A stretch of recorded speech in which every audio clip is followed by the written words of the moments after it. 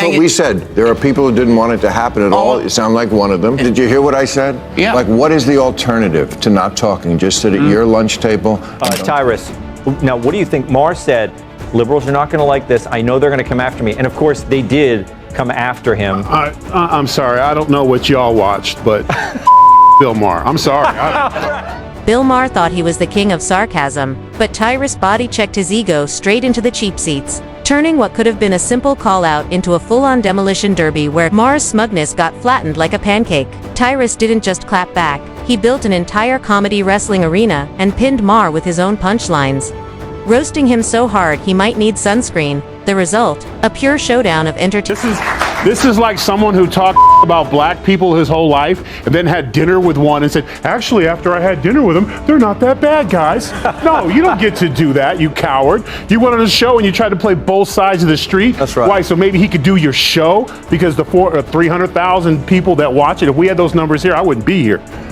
These dudes make me laugh. Cowards die 1,000. Bill Maher has officially reached the stage in his career where the only thing more predictable than his jokes is the smug little smirk he flashes afterward, as if he's grading his own performance in real time and awarding himself an A just for showing up. He loves to brand himself as the edgy, no-nonsense truth teller, but in reality, he comes off more like the uncle at Thanksgiving who mistakes being brutally honest for being aggressively annoying. You can move too far left. And when you do, you wind up pushing the people in the middle to the right. At its worst, Canada is what American voters think happens when there's no one putting a check on extreme wokeness. They say in politics, liberals are the gas pedal and conservatives are the brakes. And I'm generally with the gas pedal, but not if we're driving off a cliff. And now, Tyrus has stepped in to highlight the obvious. Bill Maher is running on fumes, recycling the same tired stick year after year while banking on the audience being too polite or too distracted by the studio lighting to notice. Maher still imagines himself as the rebel comic, but in reality, he's just the guy in the back shouting, "Look at me, I'm still relevant," long after the cultural parade marched on without him. Said things about President Trump nonstop. You had no reference point. That's all you proved to me. You sit down with the man, you break bread with the man, then you come and say, well, on this night, he was okay. But don't be mad at me. Splitting hairs. Prides himself on being the contrarian, but at this point, it's less about offering original takes and more about reflexively saying the opposite of whatever the room is thinking, just to keep himself entertained. As if his entire career strategy is to flip the mood upside down and then act surprised when everyone else just rolls their whole thing. Everyone keeps acting like they need Bill Maher. The little guy who doesn't lift weights, 99% of the internet. What, MySpace? Come on, this dude represents nobody. A PR stunt for who? I'm sorry, I missed the Oval Office Rose Garden meeting where President Trump was talking about Bill Maher was there. Yeah. And his delivery, boy, Bill Maher doesn't just tell a joke. He drags it across broken glass before letting it limp out of his mouth, pausing longer between punchlines than most people take between marriages. Every line comes with a built-in 3-second applause request, as if he's auditioning to host open mic night at a retirement home. Talking about it. President's not talking about it. He doesn't need Bill Maher. He's got 70% of the country cheering him on. He walked into UFC. The place went crazy. Then why did he accept dinner with him if he didn't? Because he's like everybody else. No, why did Trump? Because that's who Trump is. He will break bread with anyone. He will sit with Kim Jong-un and break bread. So little punk ass Bill Maher coming to the house and sitting in the seat. And what did Trump did? He was gracious. He treated him. Everything. He had to leave and come back. The way Bill Maher treats his audience is unintentionally hilarious. He talks to them like a professor at a comedy college no one ever signed up for, leaning back in his chair as if every episode is class in session. The problem is, he hasn't had a fresh idea since flip phones were still around, and his takes are so dusty they should come with an allergy warning, yet his self-importance is off the charts. He acts like hosting a panel show where celebrities bicker about politics is equivalent to running for office, strutting around like the philosopher king of late-night television, when in reality, he's just the moderator of an overfunded group chat. One week he's dunking on conservatives, the next he's ripping into liberals, and the week after that, he's wondering why no one wants him at the cool kids table, not because he's balanced, but because he's desperate and dressed. It wasn't any of the things I said because you were part of the machine. You were part of the thing. He wasn't as bad as Joe and Micah was, where he's sharp as attack, but he led the charge. He continued to say things that weren't true. He supported things without ever bothering to say, hey, you know what? I want to sit down and when I have a problem with someone, if I had a problem with Johnny and me and him had a problem, I'd be like, we need to sit down and talk before I would go out on social media and talk about him. But he needs President Trump. And I'd say, let he me have needs a the weapon audience. first. Yes, yeah. Well, you know. But at this point, to coin one of the greatest, funniest phrases in all of comedy, I would ask Bill Maher to step in my office. And he would say, why? Because he's. And then there's his obsession with being the last real comic, as if he's the lone torchbearer for free speech and edgy comedy, when in reality, he's just the guy at the end of the bar ranting about how things were better in the 90s. Maher acts like he invented, but at this point he's more of a museum exhibit, showcasing what irreverence used to look like. Outdated references, squeaky delivery, and a faint whiff of mothballs included. His interviews are no better. If you've ever wanted to watch someone ask a question and then immediately answer it themselves, Maher is your man. He interrupts his guests so often, it feels less like an interview, and more like a hostage situation, where only one person is allowed to talk. Invite someone on, cut them off, roll your eyes, and then lecture them about how you know better. Honestly, he could pass. You can just see the way we dress. We're not different people. This is like, you come from, the slacks generation. Like slacks were These are still jeans. a thing. These are no, not but slacks were a thing. No, I look good. That's the difference. Is that you were do wearing look good. You're wearing You don't gotta sneakers. throw that in my You got face. you got a t-shirt on. You look like offended. Here's the irony.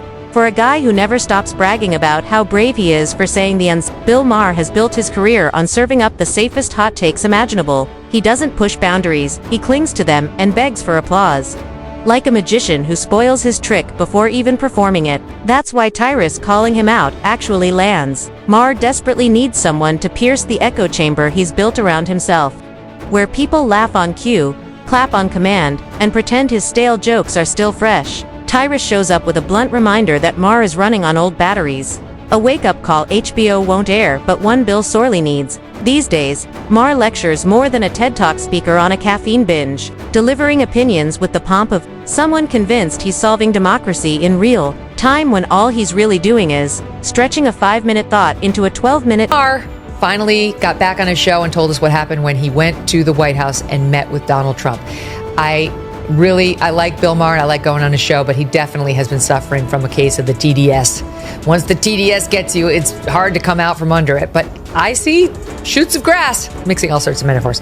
I think he's starting to come out from under it.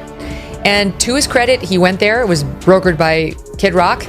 And to his credit, President Trump allowed it, welcomed this, and was very gracious to Bill Maher, who has been brutal about Quotes as like Bill Maher thinks. Every episode of his show is a cultural intervention. Sit down, America. Daddy Bill is going to explain it all to you, but instead of wisdom, what you get is a jumble of half-baked takes, outdated references, and closing remarks that sound like they were lifted from your uncle's Facebook post after 2 glasses of boxed wine. His desperate cling to relevance is almost endearing, almost as he strains to prove he's not like the other late-night hosts, somehow above the petty politics of Hollywood, while visibly inhaling applause like oxygen, as if he'd wither without it. Maher doesn't just enjoy validation, he depends on it.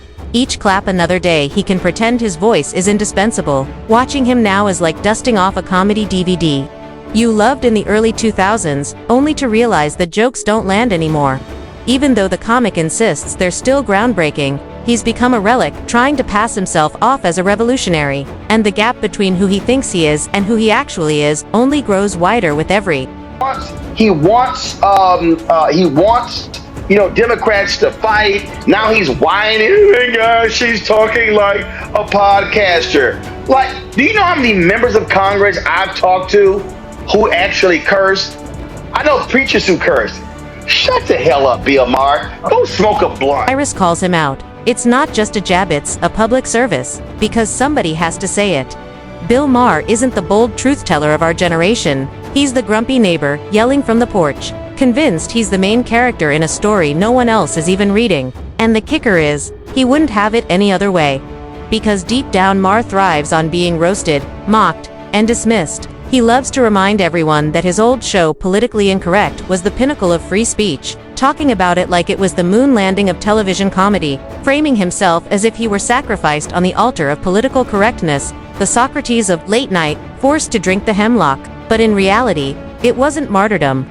It was network executives realizing that Bill Maher ranting at 11:30 p.m. wasn't worth the stack of angry letters from Middle America. He paints himself as a victim of cancel culture, but the truth is, he's been cashing HBO checks ever since. So forgive us if we don't light a candle in honor of his so-called Bill Maher is at it again. He's got this, the TDS gets in his eyes sometimes, and he says some wacky things, and here's one of them. SOT 23. I don't know if I was the first one to use the phrase slow. The way Bill Maher constantly harps on about cancel culture is almost comical in itself. He loves to act as if every joke he tells risks ending his career, like he's tiptoeing through a minefield, armed only with sarcasm, when in reality he's been saying the same things for decades while not only keeping his platform but expanding it. His entire brand revolves around complaining about how dangerous it is to speak your mind, while enjoying one of the cushiest jobs in television. Which isn't bravery, it's hypocrisy with a laugh track. Every time it's the same tired narrative. I'm the only one brave enough to say this. What makes it even funnier is how obsessed he is with reminding people he's a comedian, as if that grants him diplomatic immunity from criticism. Anytime someone calls him out, his fallback is always, "I'm just telling jokes." But half the time he isn't joking at all. He's just scolding. His comedy style boils down to 1/3 lecture, 1/3 rant, and 1/3 chuckle at his own brilliance. And if laughter is the best medicine, then Bill's show is the expired bottle shoved in the back of the cabinet that nobody dares to. He can't smoke a blunt because he is an ass. He's a blunt himself. Listen, a blunt tool for stupidity. Bill Maher, to me, for a long time, has been anti-black. And I know a lot of people say they don't believe that. Bill Maher is racist as hell. This is just a reminder of that. The idea or the audacity of him to have a problem with Jasmine Crack, who shows up to work more prepared than anybody in every fucking committee she sits on. No one is more prepared than this representative, and I know. Charts Bill Maher has never met a mirror. He didn't want to high-five. He truly believes his panel show is the last bastion of free thought, when in reality, it's more like a weekly support group for his ego. Gather some guests, pretend to listen, interrupt constantly, then pat himself on the back for hosting a serious discussion.